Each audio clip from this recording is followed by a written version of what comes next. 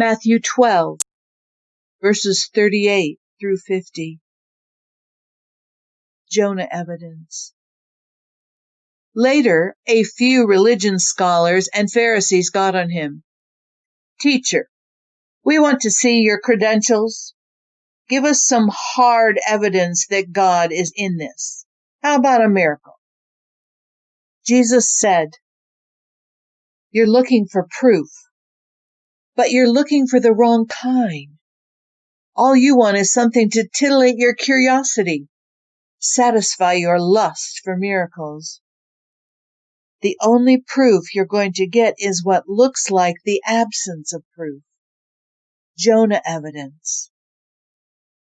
Like Jonah, 3 days and nights in the fish's belly, the Son of Man will be gone 3 days and nights in a deep grave. On Judgment Day, the Ninevites will stand up and give evidence that will condemn this generation. Because when Jonah preached to them, they changed their lives. A far greater preacher than Jonah is here, and you squabble about proofs. On Judgment Day, the Queen of Sheba will come forward and bring evidence that will condemn this generation, because she traveled from a far corner of the earth to listen to wise Solomon.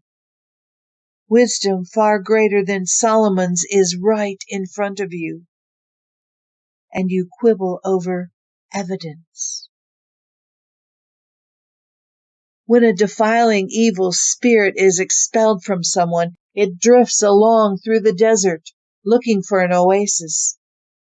Some unsuspecting soul it can bedevil.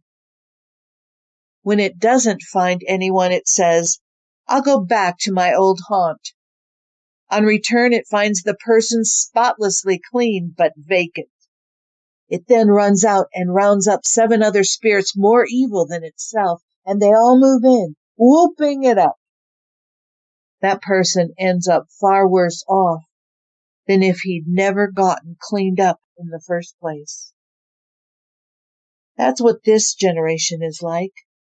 You may think you have cleaned out the junk from your lives and gotten ready for God, but you weren't hospitable to my kingdom message. And now all the devils are moving back in. Obedience is thicker than blood. While he was still talking to the crowd, his mother and brothers showed up. They were outside trying to get a message to him. Someone told Jesus, "Your mother and brothers are out here, wanting to speak with you." Jesus didn't respond directly, but said, "Who do you think my mother and brothers are?" He then stretched out his hand toward his disciples. "Look closely.